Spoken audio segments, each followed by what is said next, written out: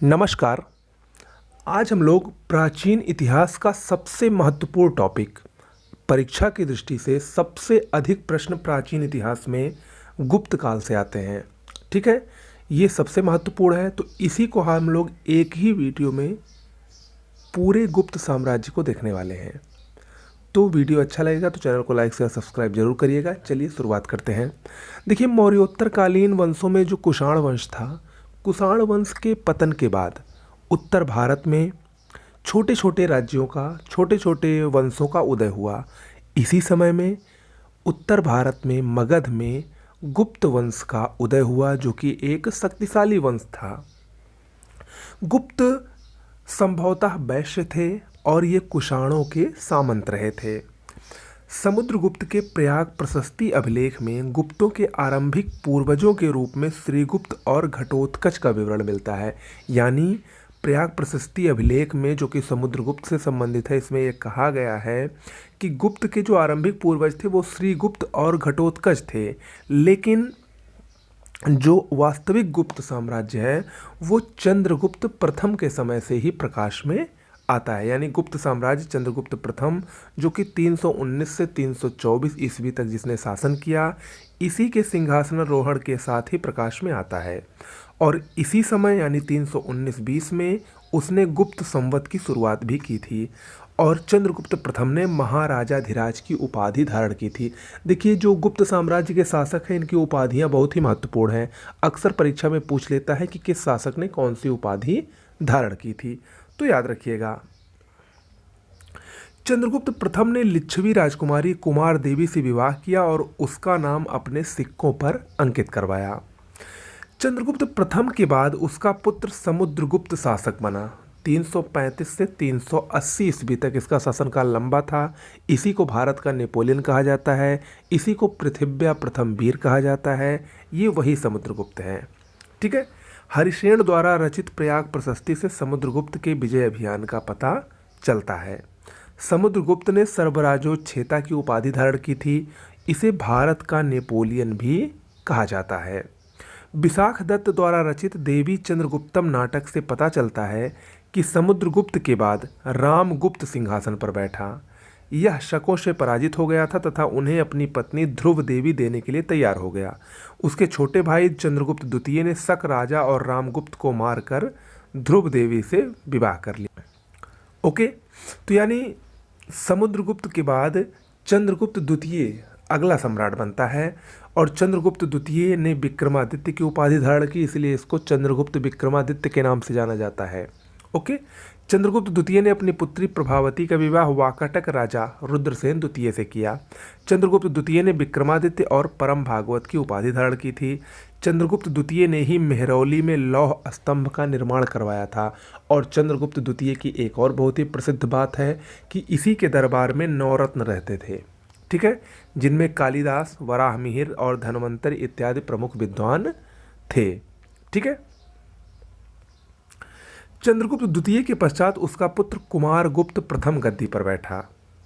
Okay, गुप्त वंश के दो शासकों ने अश्वमेध यज्ञ किया था। पहला शासक समुद्रगुप्त था और दूसरा कुमारगुप्त प्रथम था। कुमारगुप्त प्रथम ने ही नालंदा महाविहार की स्थापना की थी। मोस्ट इंपॉर्टेंट है, जो आगे चलकर नालंदा विश्वविद्यालय बना, उसकी स्थापना कुमारगुप्त प्रथम ने ही की थी। कुमारगुप्त प्रथम का उत्तराधिकारी स्कंदगुप्त हुआ, जिसने कुमारादित्य की उपाधि धारण की। और स्कंदगुप्त के शासनकाल की सबसे प्रमुख और सबसे महत्वपूर्ण विशेषता यही थी कि इसी के समय हूणों का आक्रमण आरंभ हो गया था। स्कंदगुप्त का एक अभिलेख है जिसका नाम है जूनागढ़ अभिलेख।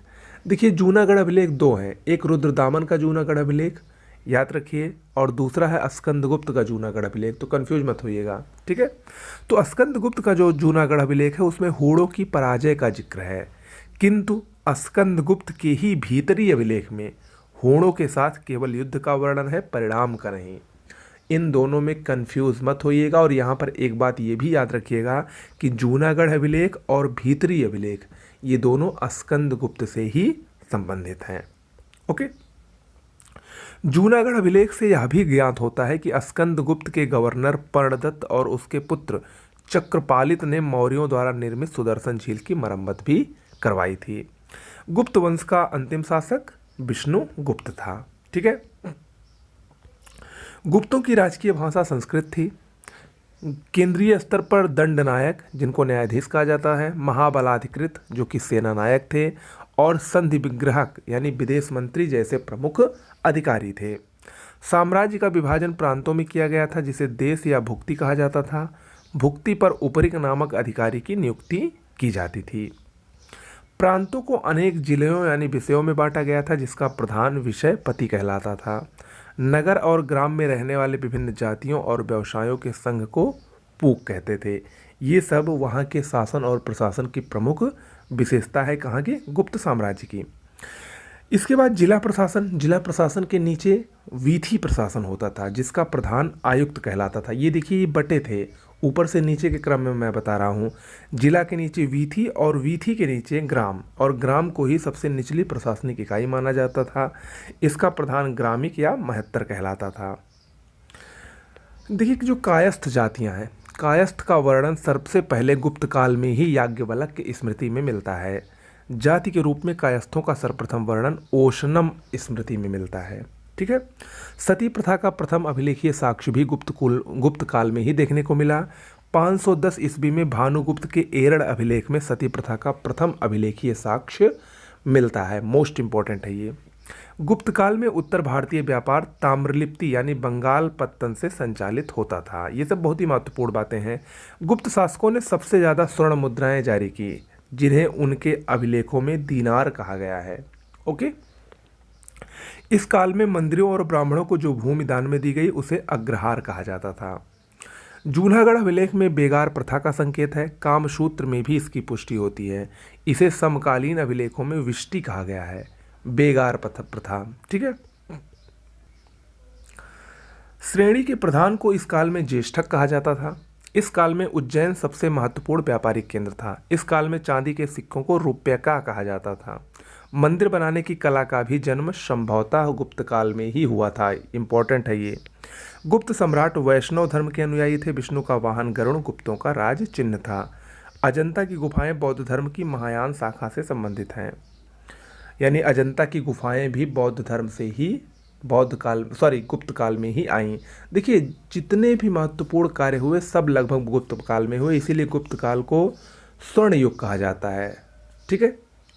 अजंता के अतिरिक्त बाघ की गुफाएं जो कि मध्य प्रदेश के थार जिले में है, ये भी गुप्तकालीन कला का ही एक महत्वपूर्ण उदाहरण है। पहली बार देवताओं की मूर्तियों को मंदिरों में स्थापित कर उनकी उपासना भी गुप्त काल में ही प्रारंभ हुई।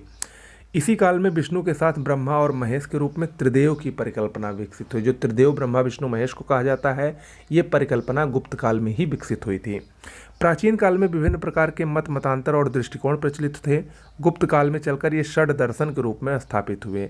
जो षड दर्शन है, जो 6 दर्शन है, उनका भी अंतिम रूप से संकलन गुप्त काल में ही हुआ। 6 दर्शन कौन कौन से हैं? सांख्य, योग, न्याय, वैशेषिक, मीमांसा और वेदांत। इसके बारे में अभी हम लोग विस्तार से पढ़ेंगे। सांस्कृतिक उपलब्धियों के कारण ही गुप्त काल को भारतीय इतिहास का स्वर्ण युग कहा जाता है। ओके।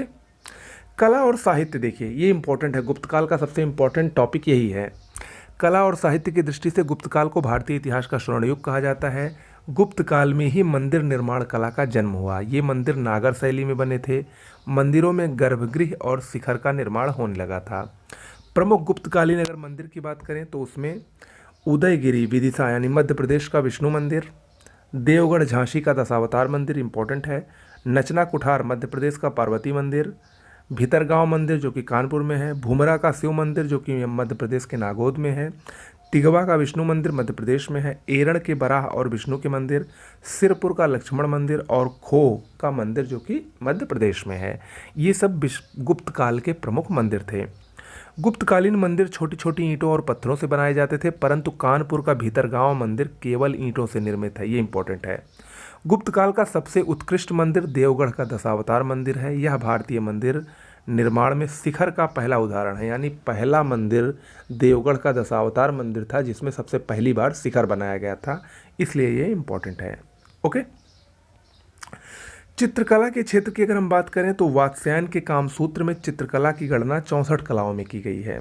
गुप्त चित्रकला के सर्वोत्कृष्ट उदाहरण अजंता और बाघ की गुफा से प्राप्त हुए हैं। अजंता की चित्रकला देखिए अजंता की गुफाएं महाराष्ट्र के औरंगाबाद जिले में स्थित हैं। इसमें पहले 29 गुफाओं में चित्र बने थे, परंतु अब केवल 7 के ही अवशिष्ट बचे हैं। अजंता की गुफा संख्या 16, 17, 19 गुप्त काल की मानी जाती हैं। अजंता की खोज 1819 में जेम्स अलेक्जेंडर ने की थी। सारे इंपॉर्टेंट टॉपिक हैं। अजंता में मुख्यतः ब्राह्मण और बौद्ध धर्म, जो कि महायान शाखा से संबंधित था, इससे संबंधित चित्र बनाए गए हैं। अजंता के चित्रों में लाल, हरा, नीला, काला, सफ़ेद और भूरे रंग का प्रयोग हुआ है। यहाँ पीले और मिश्रित रंग नहीं प्राप्त होते हैं। अजंता की गुफा संख्या 9 और 10 सबसे पुरानी है, जबकि 1 और 2 पुलकेशिन द्वितीय के समय की हैं। 16वीं गुफा में मरणासन्न राजकुमारी का चित्र बनाया गया है। ठीक है, ये अजंता की गुफाओं के बारे में कुछ महत्वपूर्ण जानकारियाँ हुई। बाघ की चित्रकला, इसकी खोज 1818 में डेंजर फील्ड ने की थी। ये ग्वालियर के समीप धार जिले में बनाई गई थी। इन गुफाओं की संख्या 9 है। तो ये अजंता और बाघ की प्रमुख चित्रकला थी। साहित्य की अगर हम बात करें तो गुप्त काल में साहित्य लेखन के क्षेत्र में अभूतपूर्व वृद्धि हुई। इस काल में बड़े पैमाने पर धार्मिक और लौकिक साहित्यों की भी रचना हुई। अनेक पुराण, रामायण और महाभारत को इसी समय अंतिम रूप दिया गया था। गुप्त काल में ही नारद, कात्यायन, बृहस्पति और पराशर स्मृति की भी रचना हुई। गुप्तकालीन साहित्यिक कवियों में सर्वश्रेष्ठ कवि कालिदास हैं। इन्हें भारत का शेक्सपियर कहा जाता है। इन्होंने काव्य और नाटक दोनों विधाओं में रचना की। ओके, भारत के प्रमुख षट दर्शनों का अंतिम रूप से संकलन भी गुप्त काल में ही हुआ था। ठीक है, षट दर्शन देख लीजिए। देखिए, भारत के प्रमुख षट दर्शनों का जो गुप्त काल में अंतिम रूप से संकलन हुआ था, उसमें जो पहला है सांख्य दर्शन। सांख्य दर्शन के प्रणेता कपिल मुनि हैं। यह भारत का प्राचीनतम दर्शन है। इस दर्शन के अनुसार जगत की उत्पत्ति प्रकृति और पुरुष से मिलकर होती है। ओके, योग दर्शन दूसरा दर्शन है। इसके प्रवर्तक पतंजलि हैं। इसका ग्रंथ योग सूत्र इस दर्शन का आधार ग्रंथ है। तीसरा है न्याय दर्शन। इसके प्रवर्तक ऋषि गौतम हैं। इन्हें अक्षपाद भी कहा जाता है। इसका मूल ग्रंथ न्याय सूत्र है। यह दर्शन तर्क और ज्ञान पर आधारित है। इंपॉर्टेंट है, तर्क और ज्ञान पर आधारित है न्याय दर्शन। वैशेषिक दर्शन के प्रवर्तक कणाद हैं। इस दर्शन ने परमाणुवाद और भौतिक शास्त्र का प्रारंभ किया। पांचवा दर्शन है पूर्व मीमांसा। इसके प्रणेता जैमिनी हैं। मीमांसा का अर्थ है तर्क करने और अर्थ लगाने की कला। मीमांसा का मुख्य उद्देश्य वैदिक कर्मकांडों की उपयोगिता को सिद्ध करना है। ओके, उत्तर मीमांसा, इसके प्रणेता बादरायण हैं। वेदों का ज्ञानमार्गी अंश वेदांत कहा जाता है। इस दर्शन के मूल ग्रंथ ब्रह्मसूत्र पर शंकराचार्य और रामानुजाचार्य ने काव्य लिखे हैं। ओके, तो ये कुल प्रमुख 6 दर्शन हैं जिनका संकलन अंतिम रूप से गुप्त काल में हुआ था।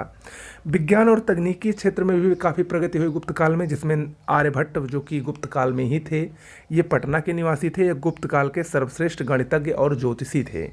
इनका प्रसिद्ध ग्रंथ आर्यभट्टीय है। इन्होंने ही सबसे पहले बताया था कि पृथ्वी गोल है और अपनी धुरी पर घूमती है। ओके, ब्रह्मगुप्त, इन्होंने ब्रह्म सिद्धांत की रचना की। वराहमिहिर, ये गुप्त काल के प्रसिद्ध ज्योतिषी थे। इनकी रचना पंच सिद्धांतिका, बृहद संहिता, बृहद जातक और लघु जातक है। भास्कर प्रथम, इन्होंने आर्यभट्ट के सिद्धांतों पर टीका लिखी। इनके 3 ग्रंथों की रचनाएं की, जिनमें महाभास्कर, लघु भास्कर और भाष्य है। इसके अलावा चिकित्सा ग्रंथ जो है गुप्त काल में, उसमें सबसे प्रमुख थी नवनीतकम। मोस्ट इंपॉर्टेंट है, नवनीतकम गुप्त काल की सबसे प्रसिद्ध चिकित्सा शास्त्र की पुस्तक थी। धन्वंतरी और सुश्रुत इस युग के प्रख्यात वैद्य थे। और वाग्भट्ट द्वारा रचित अष्टांग हृदय एक प्रमुख चिकित्सा ग्रंथ था।